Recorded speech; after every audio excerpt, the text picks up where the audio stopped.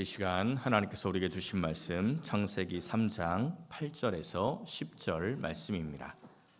구약성경 창세기 3장 8절에서 10절 말씀, 하나님의 말씀 봉독하여 드릴 때 하나님의 음성을 경청하십시오. 그들이 그날 바람이 불 때 동산에 거니시는 여호와 하나님의 소리를 듣고 아담과 그의 아내가 여호와 하나님의 낯을 피하여 동산 나무 사이에 숨은지라. 여호와 하나님이 아담을 부르시며 그에게 이르시되 내가 어디 있느냐.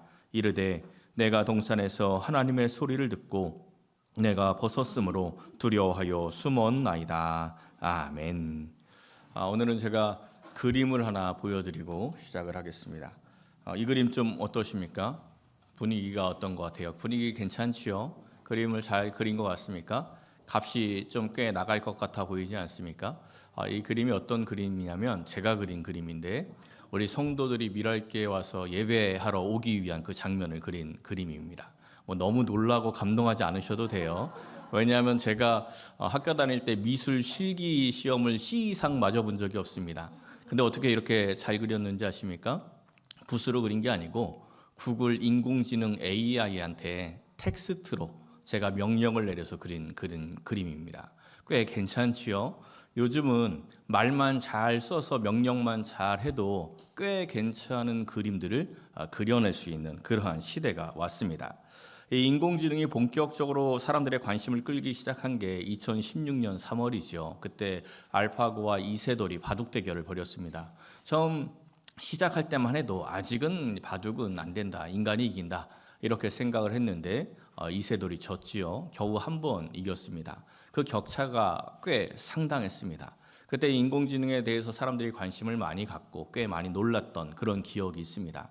그 이후에 이제 소식들은 잘 모르시는데 알파고가 나오고 나서 얼마 뒤에 알파고 제로라는 인공지능이 나왔습니다. 알파고와 알파고 제로의 차이는 알파고는 인간이 바둑을 두는 그 바둑 기보들 있지요. 고수들의 바둑 기보를 학습을 해서 그 고수들의 기보를 흉내내면서 배우고 연습해서 이 바둑을 익혔는데 알파고 제로는 인간의 기술을 가르치지 않았습니다. 바둑 규칙만 알려줬어요. 이렇게 바둑은 두는 거야 하고 인공지능이 스스로 공부해서 바둑을 배운 거예요. 그리고 이 알파고 제로와 알파고가 바둑 대결을 벌였는데 알파고 제로가 압승을 했습니다. 인간의 바둑을 안 배운 인공지능이 압승 100% 알파고 제로가 이겼어요. 그리고 얼마 지나지 않아서 알파 제로라는 인공지능이 나왔는데 얘는 부루마블 같은 여러 가지 보드 게임들을 스스로 학습을 해서 하는 그런 인공지능입니다.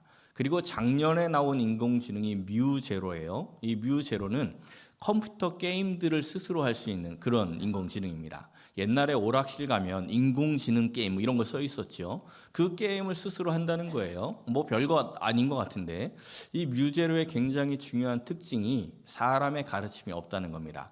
사람이 너 이거 이렇게 하는 거야 이런 식으로 해봐 이렇게 명령을 내려서 하는 게 아니고 뮤제로가 스스로 학습을 해서 스스로 익혀서 게임을 운영을 하고 한다는 거지요.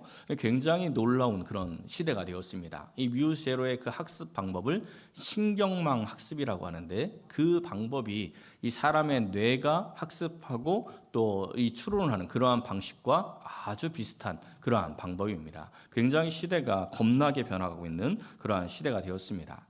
이 알파고를 개발할 때 이 기술 부문 이사였던 레이먼드 커즈와일이라는 사람이 있는데 이 사람이 2005년도에 쓴 유명한 책이 하나 있습니다. 특이점이 온다. 들어보셨죠? 특이점이 온다라는 책을 썼는데 이 사람이 인공지능의 발전에 대해서 이야기를 하면서 무슨 이야기를 했냐면 어느 시점이 되면 인공지능이 사람을 뛰어넘어서 인공지능이 연구하고 인공지능이 개발한 내용을 사람에게 딱 보여주면 사람이 그걸 보고 활용하는 게 아니고 이게 뭐지? 하고 못 알아보는 시대가 올 거라는 겁니다. 그러니까 인공지능이 너무 사람을 넘었으니까 사람이 인공지능이 내놓은 결과물 자체를 이해를 못하는 그러한 시대가 올 거라는 거예요. 그 시대는 사람이 인공지능을 통제하지 못하는 시대가 되는 겁니다. 그 특이점의 시대를 2045년이라고 예측을 했어요. 얼마 안 남았죠. 근데 더 놀란 게 뭐냐면 이 뮤제로라는 작년에 개발된 그 사람의 뇌와 비슷한 그 인공지능 뮤제로가 스스로의 발전 속도를 계산을 했는데, 스스로 발전 속도를 계산해서 내가 언제 인간을 뛰어넘는 특이점이 올 것이냐라고 예측한 결과가 몇 년이냐면 2025년, 3년 남았습니다. 3년. 이게 아주 급격하게 변화가 되는 시대예요. 지금 얼마나 이 인공지능이라는 게 무서운 시대가 되었냐면, 이제 이 일러스트나 그림 작가들이 지금 직업을 잃고 있는 시대가 되었습니다. 제가 처음에 그림 보여드렸지 않습니까? 이 소설을 작가들이, 이 사파 작가들, 그림 작가들을 섭외를 하죠. 그들에게 돈을 줍니다. 그게 직업이에요. 근데 그러한 사람들이 필요가 없습니다. 소설 내용을 입력을 하고 사파 그려줘 하면 인공지능이 그 소설에 딱 맞는 그림을 그려주는 겁니다. 만화도 그려요. 내가 이러이러한 만화 내용이 필요해. 이것 좀 그려봐. 이러면 그 내용에 맞춰서 그림을 그려서 애니메이션을 만들어내고 만화를 만들어냅니다. 얼마 전에, 불과 몇 달 전에 한 작곡 대회에서 인공지능이 작곡한 작곡이 1등을 했습니다. 미국에서 몇 달 전에 그림 대회를 걸었는데 인공지능이 그린 그림이 그 대회에서 1등을 해서 논란이 일어났던 적이 불과 몇 달 전입니다. 정말 상상할 수 없는 그러한 세상이 오고 있지요. 이게 이제 수십 년 뒤가 아니라 불과 수년 내, 길어봐야 10년 이내에 올 세상들이 이러한 세상입니다. 삶의 패턴이 완전히 바뀌겠죠. 가상현실, 또 혼합현실, 또 홀로그램, 옛날 SF 영화에서 나왔던 그러한 일들이 지금 이미 그 기술들이 다 개발되어 있습니다. 그러니까 먼 미래의 일이 아니라 지금 이미 이루어지고 있는 그러한 일들이다라는 겁니다. 창세기를 보면 하나님을 떠난 가인의 후손들이 문명을 만들어 가죠. 이게 뭘 이야기합니까? 문명의 발달과 죄의 발달은 같이 간다라는 겁니다. 이 세상이 혼란하고 예측할 수 없는 그러한 시대, 아주 정말 우리가 상상할 수 없는 문명의 발달이라는 것은 우리가 상상할 수 없는 죄의 발달과 함께 오는 겁니다. 굉장히 무서운 시대, 영적으로 큰 위기의 시대를 우리가 살고 있습니다. 이러한 시대에 성도는 무엇을 준비하고 무엇을 준비하며 살아가야 하겠습니까? 오늘은 종교개혁기념 505주년 주일입니다. 종교개혁을 영어로 리포메이션이라고 합니다. 리포메이션, 뭔가 이 폼을 다시 만든다, 다시 형성한다, 이런 뜻이죠. 다시 형성한다. 뭘 다시 형성해야 할까요? 하나님의 형상을 다시 형성해야 합니다. 가장 위대한 개혁이 무엇입니까? 가장 완벽한 모습으로 다시 돌아가는 겁니다. 무엇인가 새로 만드는 게 아니라 완벽한 모습으로 다시 돌아가는 것이 가장 위대한 개혁입니다. 요한계시록을 보면 첫사랑을 회복하라고 말씀하면서 처음 떨어진 때를 생각하라, 이런 말씀이 있어요. 처음 떨어진 때를 생각을 해야 다시 원래대로 돌아갈 수 있기 때문입니다. 인간에게 하나님께서 낙원을 만들어 주셨습니다. 에덴 동산을 만들어 주셨어요. 사람에게 천국을 주셨다는 겁니다. 근데 그 천국에서 언제 떨어지죠? 그 떨어진 기록이 창세기에 기록이 되어 있습니다. 하나님께서 천지를 창조하시고 에덴 동산 낙원을 마련해서 인간에게 주셨습니다. 인간에게 누리게 하셨죠. 근데 선악과 사건으로 인해서 그 낙원에서 떨어졌습니다. 그 인간이 낙원을 잃어버렸던 그 사건을 생각을 하면서 인간이 낙원을 잃어버린 그 과정을 역으로 짚어 들어가면 다시 낙원을 회복할 수 있겠지요. 사랑하는 성도 여러분, 오늘 이 말씀을 상고하면서 예측할 수 없는 이러한 혼란한 이 시대에 낙원을 회복하고 참된 평안과 행복을 찾고 누릴 수 있는 모든 성도 여러분 되시기를 예수님의 이름으로 간절히 축원합니다. 첫째는 감사를 회복해야 합니다. 우리 하나님께서 사람을 창조하시는 장면을 한번 보십시오. 하나님의 형상대로 사람을 창조하셨죠. 그리고 제일 먼저 하신 일이 뭐예요? 하나님이 사람을 창조하시고 제일 먼저 하셨던 일은 그들에게 복을 주시며입니다. 하나님이 사람을 창조하고 제일 먼저 하신 일이 복을 주신 거예요. 모든 생물을 다스리게 하십니다. 세상을 다스릴 신의 권세를 주셨어요. 에덴 동산에 두십니다. 그리고 뭘 하시죠? 안식하십니다. 하나님께서 안식할 이유가 있을까요? 하나님이 천지를 창조하시고 나니까 너무 피곤하다, 야 좀 쉬어야 되겠다, 이러실 이유가 있습니까? 하나님은 안식할 필요가 없지요. 근데 왜 안식하십니까? 왜 나를 복되게 하시고 안식을 하셨습니까? 오직 사람을 위해서인 겁니다.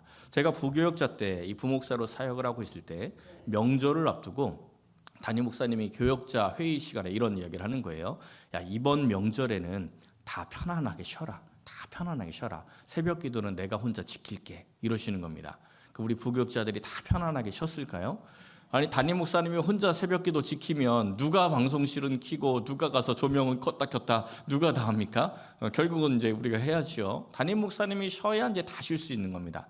회사에서도 윗사람이 쉬어야 밑에 있는 사람들이 편안하게 쉴 수 있어요. 윗사람이 열심히 일하면서 아랫사람들한테 니들은 쉬어 이러면 이게 참 쉼이 잘 안 되죠.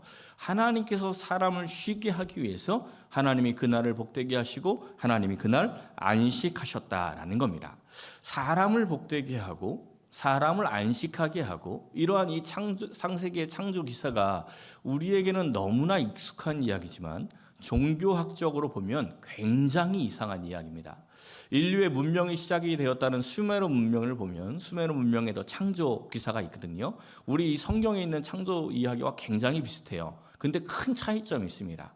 이 수메르 문명에서 신이 인간을 만드는 이유가 뭐냐면 일시키려고, 인간을 만들어서 일을 시키고 신은 쉬려고, 신은 안식하려고 인간을 만듭니다. 수메르의 신화뿐 아니라 그리스 로마 신화 잘 아시죠? 그리스 로마 신화에서도 신이 인간을 만드는 이유는 일시키려고, 일시키고 신이 쉬려고.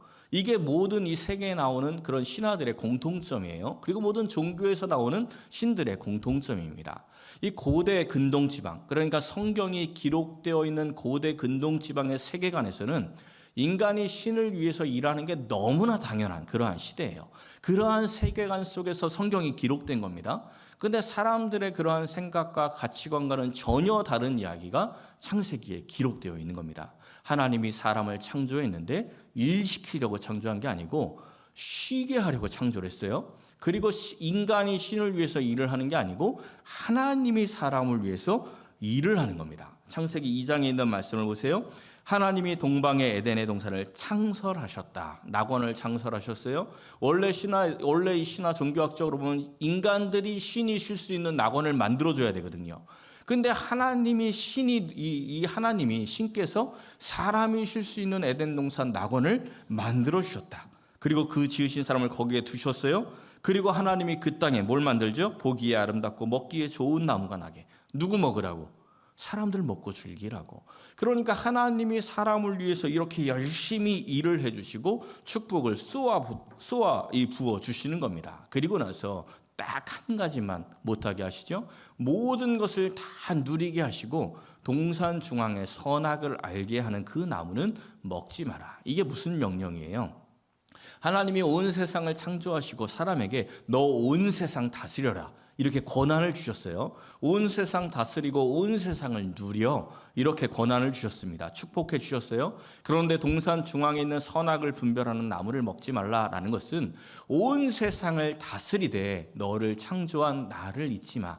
너는 온 세상을 다스리지만 나의 다스림 밑에 있어야 해. 그것을 네가 기억하는 것이 선악을 분별하는 것을 먹지 않고 선악의 분별을 하나님께 맡기는 거란다. 이게 이 선악과이거든요. 그러니까 모든 것을 다 주셨습니다. 선악과를 주지 않으신 것은 안 주신 게 아니에요. 하나님의 다스림 아래 있으라는 유일한 명령이었습니다. 그런데 이 사람이 어떻게 합니까? 이 사람이 에덴 동산에서 하나님이 일하셨으니 하나님이 주신 것을 감사하고 누리면서 살면 되는데 하나님을 배신하죠. 배신하는 장면을 한번 보세요. 3장 1절에 보면 뱀이 미혹을 해요. 어떻게 미혹을 합니까? 하나님이 참으로 너희에게 동산 모든 나무의 열매를 먹지 말라 하시더냐. 이 말이 무슨 말이냐면 다르게 말하면 야, 너 하나님이 동산에 있는 거 다 준 거 맞아? 이런 말이에요. 동산에 있는 거 하나님이 너 주고 너 누리라고 했는데 하나님이 정말 진짜 너한테 다 준 거 맞아? 이렇게 물어보는 겁니다. 그럼 여기서 사람이 하나님이 나 다 주셨지. 하나님 나 다 주셨어. 다만 하나님의 다스림 아래에 있으라고 저 선악을 분별하는 나무만 먹지 말라고 하셨지. 하나님이 다 주셨으니 나는 너무 감사해. 이렇게 나왔으면 넘어질 일이 없죠. 근데 여기서 감사를 잊어버립니다. 왜 감사를 잊어버리죠? 하나님이 그거 안 줬어 하고 불평이 딱 시작이 되는 거예요. 그러니까 주신 모든 것을 기억하면서 감사하면 넘어질 일이 없는데 주신 모든 것을 다 잊어버리고 그냥 딱 하나 하지 말라는 그것만 생각이 나는 겁니다. 그래서 불평이 시작이 되죠. 그리고 불평이 시작이 되니 넘어지고 미혹되고 마는 겁니다. 하나님을 반역하는 거예요. 하나님을 반역하면 어떻게 된다고 했습니까? 지난주에 하나님을 반역하는 것이 되돌아감, 퇴보라고 했지요. 퇴보하는 인생이 되는 겁니다. 하나님 주신 그 낙원, 그 천국을 누리지 못하고 되돌아가는 그러한 인생이 되고 마는 겁니다. 지금도 역시 마찬가지로 우리의 인생의 모든 문제는 감사를 잊은 것에서 시작이 됩니다. 그러니까 모든 문제를 해결하기 위해서는 뭐가 회복이 되어야 되는 거죠? 감사가 회복이 되어야 하는 거예요. 모든 문제를 해결하는 출발점은 감사입니다. 우리가 다시 하나님이 주신 것을 기억하고 감사할 때 모든 문제가 해결이 되는 출발이 시작이 된다라는 것을 우리가 기억해야 합니다. 사랑하는 성도 여러분, 우리가 지금 감사하고 있는 것은 무엇입니까? 내가 하나님께 감사하고 있는 것이 무엇입니까? 감사를 찾고 회복하여서 무너진 것을 일으키고 잃어버린 낙원을 회복하는 복된 성도 여러분 되시기를 예수님의 이름으로 간절히 축원합니다. 두 번째는 미혹을 분별해야 합니다. 자, 이 뱀이 여자를 미혹하던 장면을 한번 보세요. 너희가 선악과를 먹으면 너희 눈이 밝아져서 하나님과 같이 되어 선악을 알게 될 것이다. 이 사탄의 미혹이요, 정말 사람들이 속기 쉽게 다가옵니다. 그러니까 사탄이 우리를 미혹할 때 누가 봐도 사탄의 모습으로, 누가 봐도 저거는 나쁜 놈이네, 이러한 모습으로 찾아오는 게 아니라는 거예요. 지금 이 하와에게 찾아온 이 뱀이 지금 우리가 생각하고 있는 그 뱀, 징그러운 그 뱀 있죠? 그러한 모습이라고 생각하시면 안 돼요. 창세기를 보면 아주 간교한 동물이라고 하는데, 이 간교하다가 지혜롭다라는 뜻이 있습니다. 슬기롭다. 이 뱀은 아주 아름다운 모습, 아주 슬기롭고 지혜로운 모습이었습니다. 이게 나중에 저주를 받아서 징그러운 모습이 된 거예요. 이 지혜롭고 슬기로운 모습으로 찾아와서 하와에게, 야, 니네 선악과 먹고 하나님께 대적해, 이렇게 미혹한 게 아니라는 거예요. 그죠? 와서 뭐라고 이야기해요? 처음 한 말이 너희 눈이 밝아질 거야, 이렇게 이야기. 눈 밝아지는 게 얼마나 좋습니까? 제가 젊을 때 시력이 엄청 좋았어요. 2.0이었는데 이게 측정하는 게 2.0이라 2.0이지 그보다 더 좋았습니다.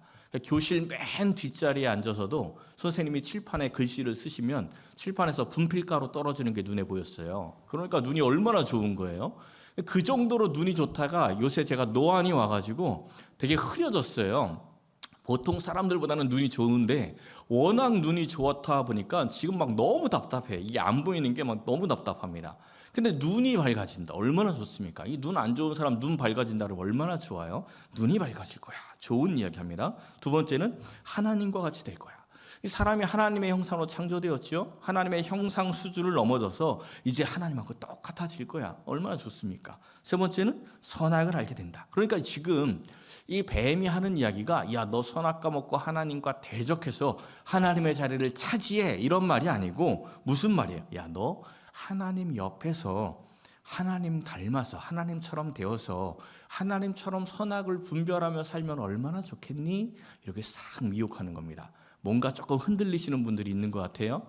굉장히 우리를 흔들리게 하는 말이에요. 사실 나쁜 말이 아니죠. 좋은 말이라는 겁니다. 하나님을 배신하고 하나님을 반역하고 하나님의 다스림을 피하는 이야기인데, 이 사탄의 이야기는 그냥 하나님 옆에서 하나님처럼 선악을 분별하면서 좋게 좋게 살자, 이러한 이야기처럼 들린다는 겁니다. 이 미혹을 딱 듣고 나니까 선악과가 어떻게 보입니까? 6절 말씀을 보세요. 먹음직하고 보암직하고 지혜롭게 할 만큼 탐스럽다. 이게 우리는 이제 성경 이야기를 잘 아니까 이 말을 보면 부정적으로 들리는데 이게 나쁜 겁니까? 먹음직한 거, 여러분 먹음직한 걸 보면서 어우 저 죄, 이렇게 생각하십니까? 야, 먹고 싶다 이러죠. 보암직하면 어때요? 야, 좋다 이러죠. 보암직한 걸 보면서 어우 저 나쁜 거, 이런 사람 아무도 없습니다. 지혜롭게 할 만하다, 얼마나 좋아요. 야, 지혜롭게 하자, 머리 좋게 한다는 약 찾아서 먹지 않습니까? 보암직하고 먹음직하고 지혜롭게 할 만한 건 나쁜 게 아닙니다. 다 좋은 거예요. 다 좋은 것으로 하나님을 배신하도록 미혹한다라는 겁니다. 우리 예수님께서 공생애를 시작하실 때 광야에서 40일 금식을 하셨죠. 그때 사탄이 미혹했던 세 가지가 바로 이 세 가지와 같은 이야기입니다. 첫 번째 시험이 돌로 떡덩이 만들어라. 먹음직하죠. 40일을 굶었는데 떡을 만드는 게 얼마나 먹음직합니까? 먹음직한 미혹입니다. 두 번째 미혹이 성전 꼭대기에서 뛰어내려라. 이 보암직한 유혹이죠. 예수님이 성전 꼭대기에서 뛰어내렸는데 천사들이 막 수종드는 모습을 보여주면 얼마나 이 사람들이 예수님을 따르고 메시아라고 인정을 하겠습니까? 보암직한 유혹입니다. 지혜롭게 할 만큼의 유혹이 뭐예요? 사탄에게 경배하면 이 세상 다 줄게. 예수님이 십자가에 달리셔서 그 십자가의 보혈로 이 세상을 구원하러 오셨는데 굳이 힘들게 하지 말고 나한테 절 한 번 하면 다 가져가. 얼마나 지혜롭습니까? 지혜롭게 할 만하지요. 이 유혹을 했다는 겁니다. 이런 세 가지 미혹을 이제 성경이 다시 한번 정리해 주는 장면이 요한일서 2장에 나옵니다. 보세요. 육신의 정욕, 안목의 정욕, 이생의 자랑. 이게 나쁜 겁니까? 다 좋은 거예요. 우리를 행복하게 해주는 게 육신의 정욕, 안목의 정욕, 이생의 자랑이죠. 육신을 편안하게 해주고 눈이 보기에 좋고 또한 이생에서 자랑하고 사는 거 얼마나 좋습니까? 우리들이 기도하는 내용이 다 이거 아니에요. 솔직히 이 세상에서 육신의 정욕, 안목의 정욕 채우고 이생에서 자랑하고 다니면서 하나님께 영광 돌리고 싶다. 이게 다 우리들 마음 아닙니까? 다 좋은 것으로 이야기를 하고 있습니다. 근데 이 말씀을 보니까 다 아버지께로부터 온 것이 아니요 세상으로부터 온 것이다 라고 말씀을 합니다. 왜 굳이 이 말씀을 하시는지 아십니까? 육신의 정욕, 안목의 정욕, 이생의 자랑이 아버지께로부터 온 축복하고 너무 비슷하기 때문에 그렇습니다. 이게 구분이 잘 안 돼요. 구분이 잘 안 돼. 이게 축복인지 사탄의 미혹인지 분별이 잘 안 된다는 겁니다. 이 세상에서 일을 하면서 그냥 남들처럼 나쁜 짓 하는 게 아니고 그냥 남들처럼 남들 하는 만큼만 그냥 적당히 불법 저지르고 그냥 적당히 속이고 모든 범죄자들이 하는 게 아니라 보통 사람들이 그냥 적당히 하고 있는 그 수준으로 적당히 거짓되게 행하면서 사업을 했는데 돈이 많이 벌렸습니다. 그러면 성도들이 어떤 마음이 듭니까? 감사하지요. 하나님 축복하셨구나. 감사합니다. 그래 감사도 하고 막 11조도 막 많이 드리고 이러면 교회에서도 아이고 집사님 복 받으셨네 이럽니다. 그러니까 얼마나 좋아요. 기쁨이 넘치죠. 그런데 이게 적당한 거짓과 적당한 타협으로 이런 식으로 수입이 오는 것들은 하나님의 축복이 아니라 그게 육신의 정욕, 안목의 정욕, 이생의 자랑이라는 겁니다. 처음에는 감사해요.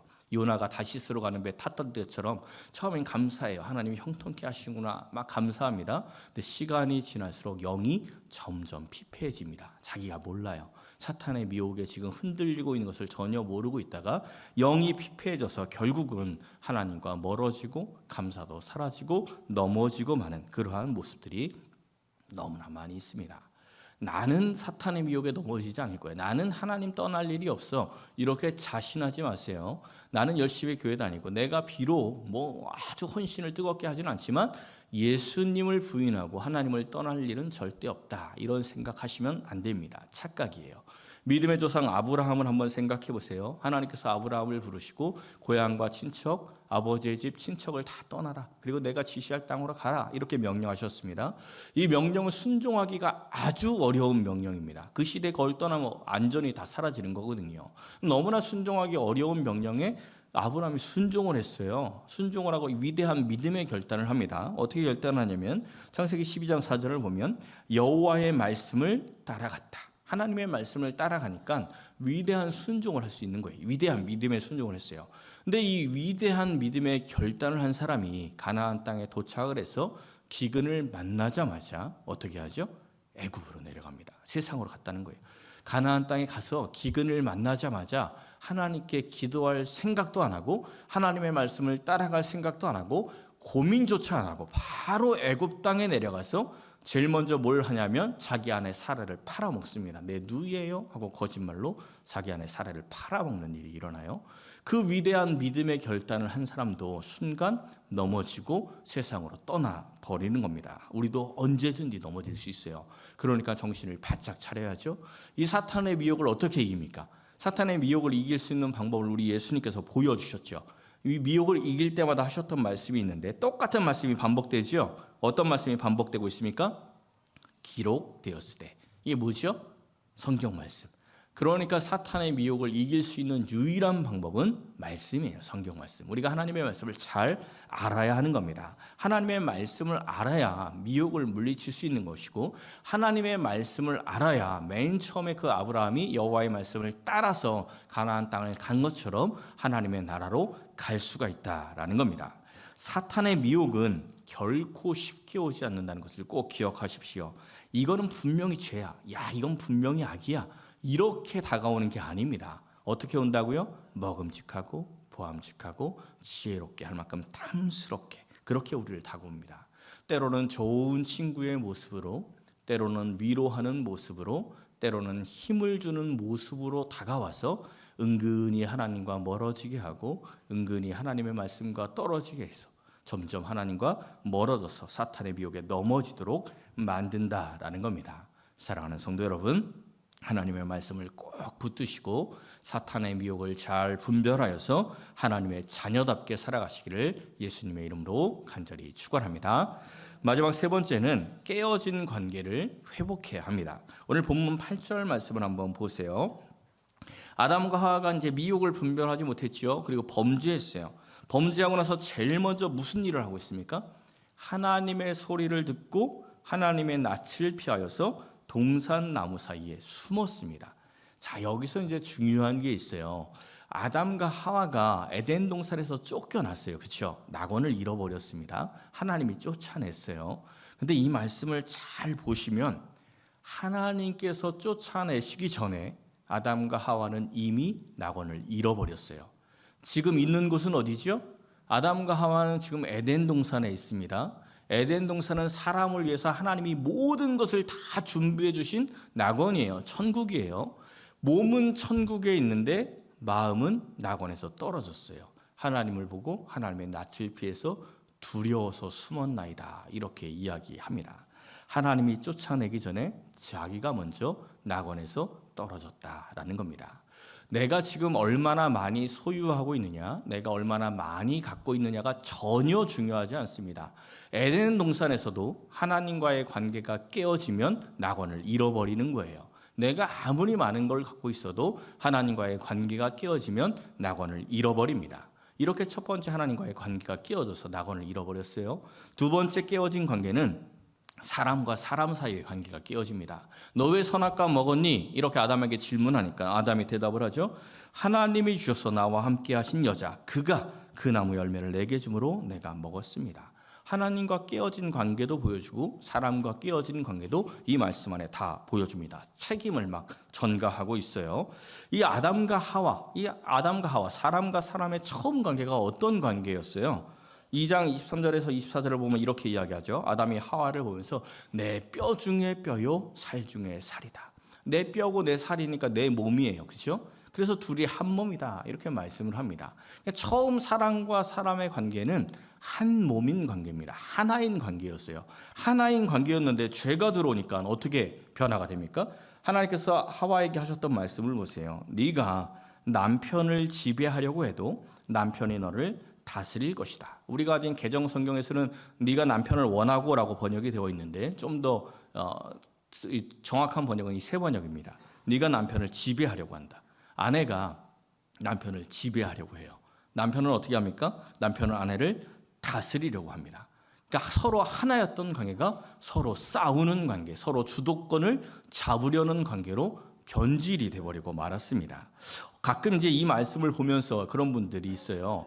아내는 남편에게 순종하는 게 성경적인 원리다, 이렇게 말씀하시는 분들이 종종 있는데 창조 원리는 아내가 남편에게 순종하는 게 창조 원리가 아닙니다.